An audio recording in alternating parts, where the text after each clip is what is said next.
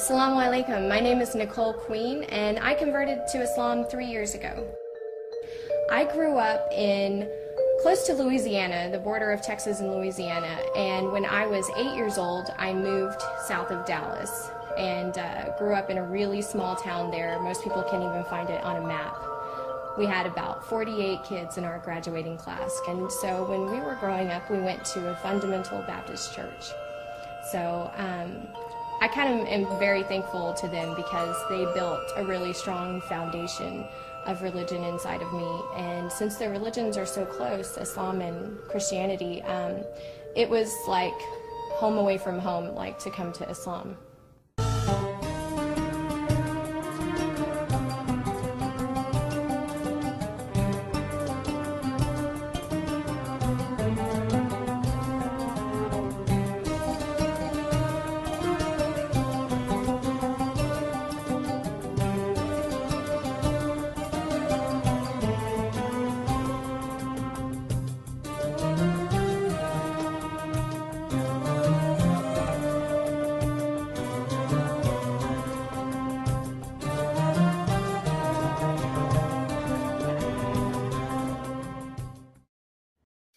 Nicole Queen and her husband Hassan live busy lives, working in the heart of Dallas, Texas, the largest non-coastal city in the United States.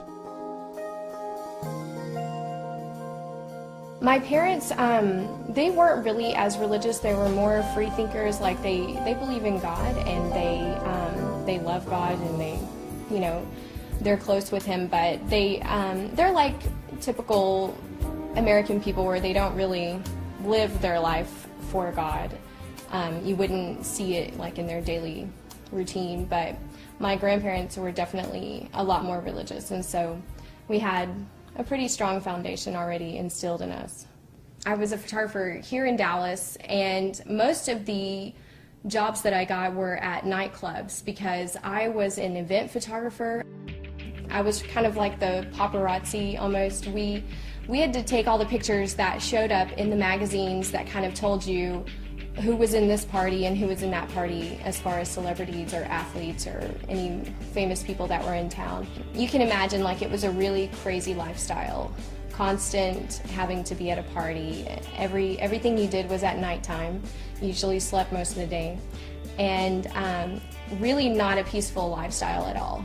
Because I had still a little bit of that urge for God in me from growing up like as a Baptist, I felt a lot of emptiness like living that kind of life. It was like daily you are surrounded by people that are greedy, I guess I would say.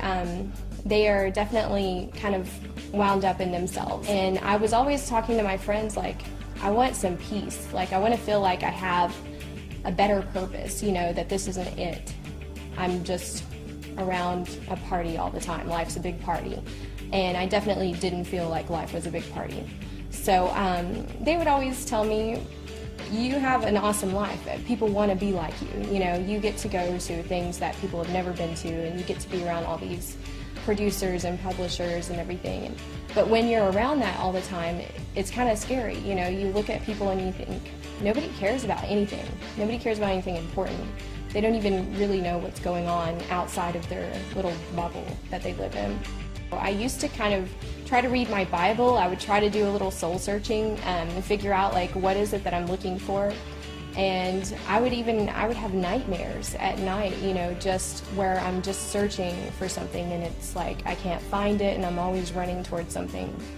I knew people that were Muslim, they didn't really practice Islam, so I was around it. I was exposed to it a little bit, I had friends that didn't drink. I knew people that were just a little different, and you would ask them like, how come you don't want to go here or there? They would say, oh, I don't hang out at those kind of places. I'm Muslim.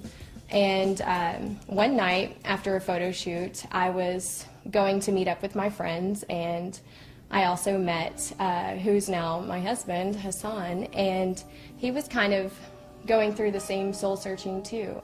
When I met Nicole, we met in a outside like lounge, and I was practicing Islam, but not completely the way I should be practicing Islam.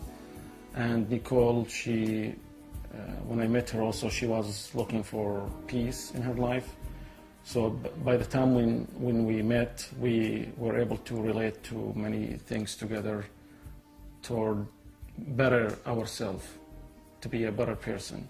We would talk to each other all the time about what we were looking for in life, about what we wanted to be, and how we wanted to be different than what we were now. I kind of talk to Nicole about Islam, at the same time remind myself about my religion and what kind of person we need to be. So I was telling Nicole about how to go to classes in the mosque and to learn more about Islam. And same time for myself, I tried to get more closer to my religion. He used to talk to me also about Islam, and so it was kind of like this Islam thing just keeps getting brought up around me. And the people who had the most discipline in their life and they had the most purpose in their life seemed to be these people. You know, they seemed to kind of stand out amongst everyone else as, you're all drinking, you're all partying, you're all dressing this way, but not us. And the more that I started learning about it, the more addicted I became to it. I started watching things on YouTube about Islam, videos from Yusuf Estes, you know, who is a convert to Islam, and I would sit up all night. Definitely Nicole, she get me closer to my religion. Watching her going through these changes and for me not doing what I'm supposed to do, yeah, of course, she encouraged me to become a good Muslim. And the more that I learned about the foundation of this religion, and the more that I was like, this is written for me. This is what I need. I need something strong, and I need someone to tell me, you have to stop living your life this way. If you want to have more purpose, here it is. When I started converting to Islam, it was a long transition. It seemed like a roller coaster at the time. It seemed like everything was happening all at once, and it was like a big blur. But now when I look back, I can see I made a pretty good transition. I took my steps, you know. The first step was, I need to know what's going on with this faith. I need to know the foundations and the pillars and the basic belief system, and I needed to make sure that it was something that I could actually believe in. I was excited when I see her very interested to learn about Islam, and she want to be changing her life to a better life. I get really excited, and I try, you know, I give her the Quran to read it. When I started to read about the religion, the transition of my life happened without me even realizing it. You know, I started to change the way I thought about other people and the way I thought about the world. So the way it affected my life was huge. Sometimes we didn't talk for a couple of weeks or a month. I mean, and then I found out she's still doing all these things and learning about Islam, and to the point where she wanted to go to Islamic country, and she want to go and learn from the Muslim people, not just in books.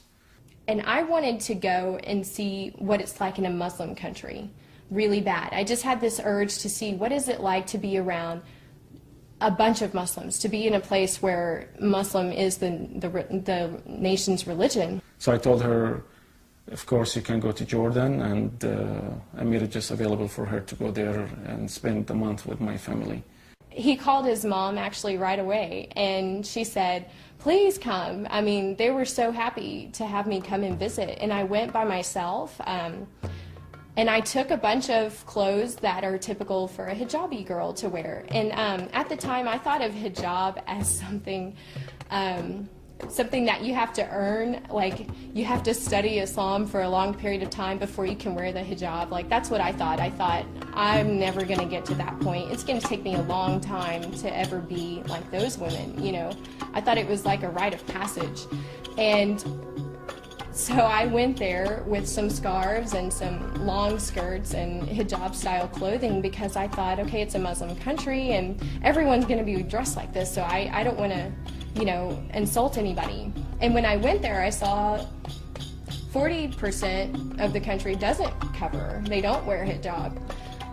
I wanted to show respect to the family that was hosting me, and the women in the family wore the hijab. Well, most of them wore it, and so I thought, well, I'll wear it when we go around town, and when we go out of the house, I'll put hijab on, so that I kind of blend in and don't draw extra American attention to myself when we're in this country.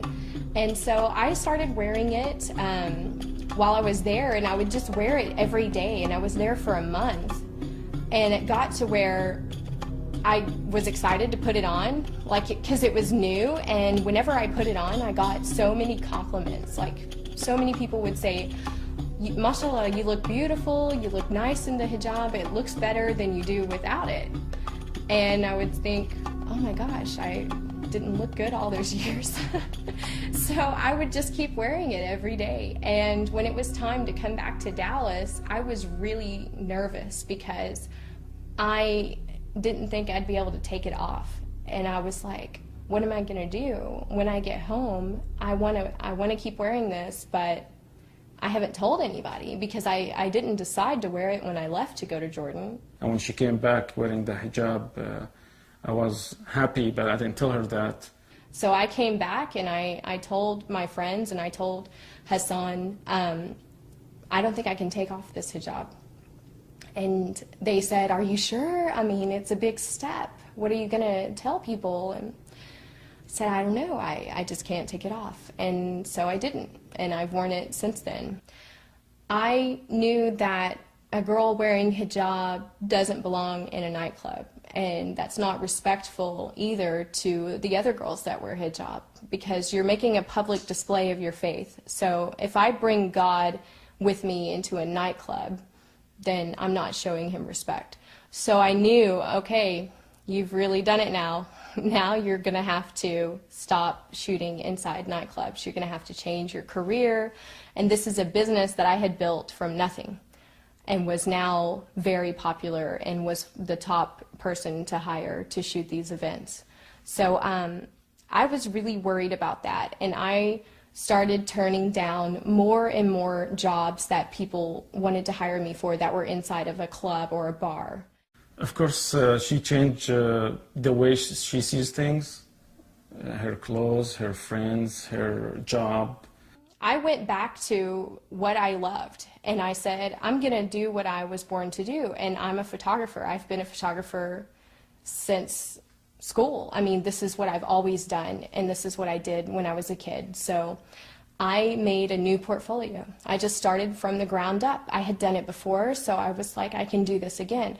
And I made a clean portfolio, and none of the images that I would do ever again were going to be women scantily clad, you know, and pictures of people drinking and partying and things like that. And so I made a new portfolio of happy things like weddings and charity events and political events. So I was still shooting what you would consider celebrities, but in their respective times, in the daytime, not at night when they're kind of letting the claws come out.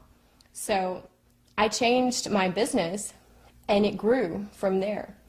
And now with my hijab on and my new way of shooting and my new kind of outlook on photography now, I'm busier than I ever was when I was just flaunting myself. So I don't know if that's a gift from God or what, but my business has grown double since then, and I'm thankful for that. And everything that I shoot now, I feel proud of. I feel like I wouldn't be embarrassed to show this to my grandmother.